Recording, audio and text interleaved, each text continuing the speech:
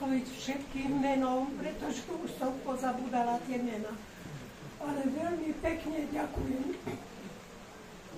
všetkým, ktorí ste sa zúčastnili na dnešnej spomienke, pretože dnes je práve 56 rokov, kedy náš brat padol na druhej strane tohto námestia, keď sa chcel schovať pred streľbou, ktorú pustili v stanku.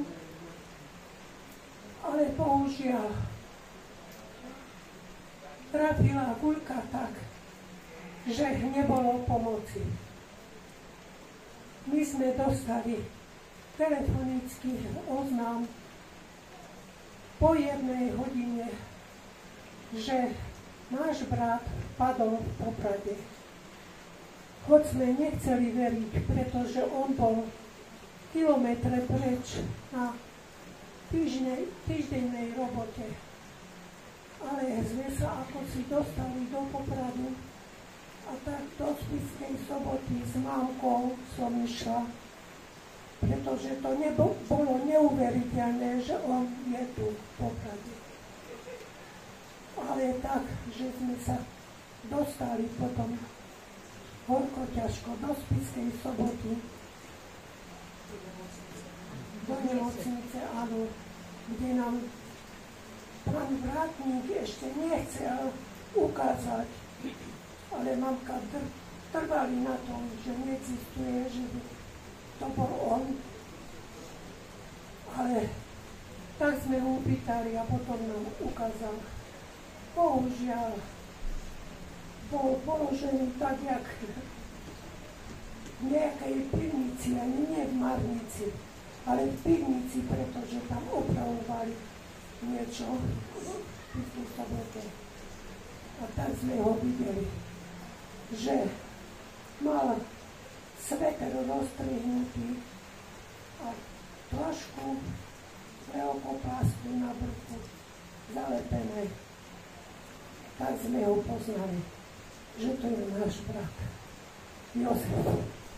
Bohužiaľ, je mi ľúto, pretože dnes je práve ten deň, ktorý opustil tento svet tak tragicky.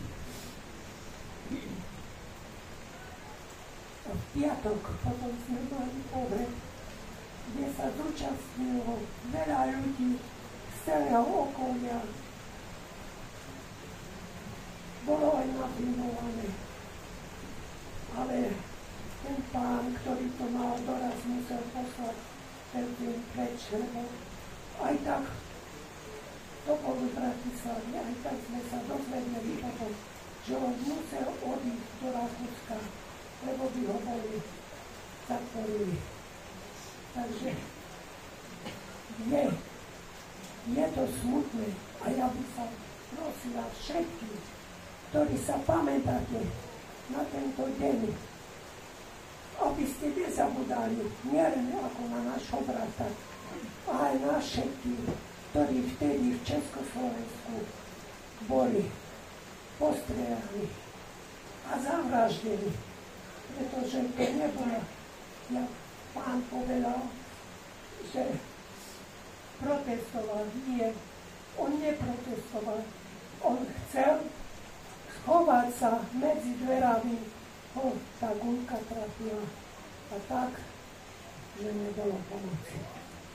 Takže vám ďakujem veľmi pekne, ktorí ste sa zúčastnili. A ja myslím, že nebudete zabúdať na tieto dni, pretože my starší už vymierame. Ale mladým, aby sme rozprávali, a najmä v školách, a naši predstavitelia vládni, aby mysleli na tento deň 21. august.